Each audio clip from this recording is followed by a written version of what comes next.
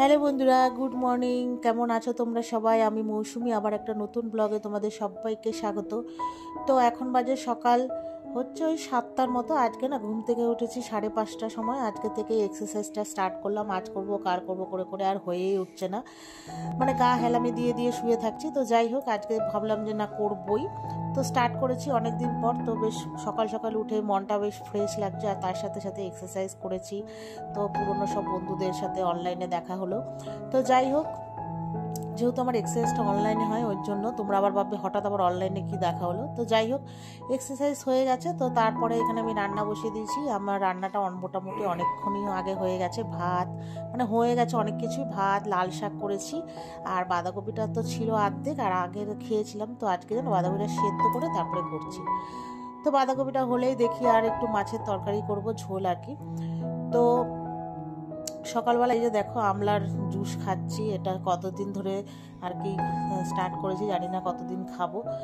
তো ওই যে এখন নিরুপায় হয়ে খেতে হচ্ছে আর কি। তো যাই হোক, বেশ ভালোই লাগলো। প্রথম দিন একটু বাতাসা দিয়ে খেয়েছি, তো জানি না কেমন মানে টেস্ট বা কিছু, ওই জন্য বাতাসা দিয়েছি, বিট লবণ দিয়েছি। তো খাওয়া দাওয়া করার পর তার সাথে আমি আজকে একাই খেয়েছিলাম। তো তারপরে করে নিয়েছিলাম চা, সবাই মিলে খেয়েছি। তারপরে হাজব্যান্ড বললো পরের দিন থেকে আমার জন্যও করবে। আমি বললাম তাহলে তিনজনের জন্যই করবো, তিনজনেই খাবো। তো খাওয়া দাওয়া করে মানে হাজব্যান্ড আর মেয়ে দুজনেই বেরিয়ে যাওয়ার পর ঘরের যত কাজ ছিল সব করেছি। আর ওগুলো না একা একা ভিডিও করা আর হয়ে ওঠে না, তাড়াহুড়ো মনে হয় তখন কখন কাজ শেষ করব। তো কাজটা শেষ করে মানে আজকে মেয়ের ছুটি ছিল, মানে মেয়ের স্কুল যায়নি।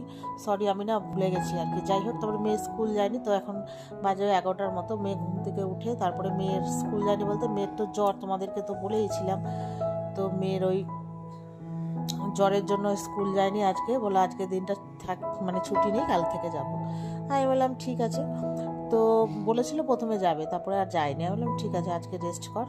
তারপরে এই যে দুজনে মিলে এখন টিফিন খাবো, আমি আর মেয়ে। তো দুজনে বাঁধাকপি করেছিলাম, মেয়ে বললো বাঁধাকপি দিয়েই খাবো। তো এই যে একটু বললো আমাকে একটু তেল দিয়ে ভেজে দাও। আর দেখেছো, যখনই রুটি বা কোনো কিছু করতে যাই দেখবে এসে তত্তর করে, যখন রান্না করার সময় হবে আর করবে না। এই যে আমি বলছি পারবি না, নষ্ট হয়ে যাবে না। তো যাই হোক, এখানে পরোটাগুলো আমি হালকা তেলে, মানে অল্প একটু সামান্য তেল দিয়ে এপিট ওপিট করে একটুখানি ভেজে নিয়েছি। তারপরে মেয়ে আর আমি দুজনে আর কি খাবো।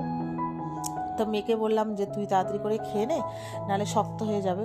তো মেয়েকে বললাম তুই খেয়ে নে। বাঁধাকপি আনতে বলেছি, আমি যত বাঁধাকপি করেছিলাম তার মধ্যে যেন হাফ খেয়ে নিয়েছে, মানে এত তরকারি খেতে ভালোবাসে। তো ওই যে বলেছি নিজে হাতে নিয়ে, ভালো লেগেছে মনে হয়, তরকারিটা হাফ খেয়ে নিয়েছে। তা ওকে বললাম তুই খেয়ে নে। তো যাই হোক, ওকে দিয়ে দিচ্ছি, ও এবার আস্তে আস্তে করে হচ্ছে খাবে। তারপরে আমার ওরকম, তারপরে আমারটা আমি পরে ভাজা হলে আমারটা আমি নিয়ে বসবো আর কি। তারপরে আমরা কেন তাড়াতাড়ি করছি বলো তো, খেয়ে দিয়ে যাবো আমরা এক জায়গায়। কোথায় যাই তোমরা দেখতে পাবে, আমি, মা আর মেয়ে। তখন এই 11টা 11:30 মতো বাজে। মাকে বলেছি তুমি রেডি হয়ে থাকো, তারপরে আমরা যাচ্ছি। তো এই যে দেখো খেতে বসেছি, খাওয়া দাওয়া করব। তো তারপরে খাওয়া দাওয়া হলে রেডি হব, বাসন টাসন সব মেজে পরিষ্কার করে। মেয়ের মোটামুটি হয়ে গেছে। মেয়েকে বললাম তুই একবারে স্নান করে নে। ও স্নান করতে যাচ্ছিলো, আমি বললাম খেয়ে দে, স্নান করে যা, তাহলে এসে ফ্রেশ লাগবে শরীরটা। আবার নাহলে তাড়াতাড়ি আবার দেরি হয়ে যাবে, এই স্নান করতে গেলে 1 ঘন্টা। তো যাই হোক, এই যে খাওয়া দাওয়া করে এই যে দেখো ফ্রেশ হয়ে গেছি। আমি রেডি, এবার মেয়ে রেডি হচ্ছে, তারপরে যাব মার বাড়ি। তো মেয়ের রেডি হয়ে গেলে এবার বেরিয়ে যাব। যাওয়ার কথা ছিল 11টা 11:30। তারপরে আমি মাকে বললাম একটু দেরি করেই যাই। তো এখন ওই 12টা খানিক বাজে। তো তারপরে দেখো চলে এসেছি কোথায় বলো তো, এটা হচ্ছে একটা মন্দির। এখানে 1 সপ্তাহ ধরে উৎসব পালন হয়, নানান রকম অনুষ্ঠান হয়। একদিন বাউল গান, একদিন হচ্ছে কি বলে ওই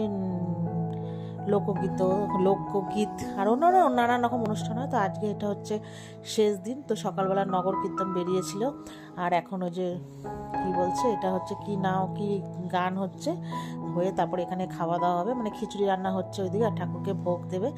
তো তারপরে আজকেই হচ্ছে শেষ।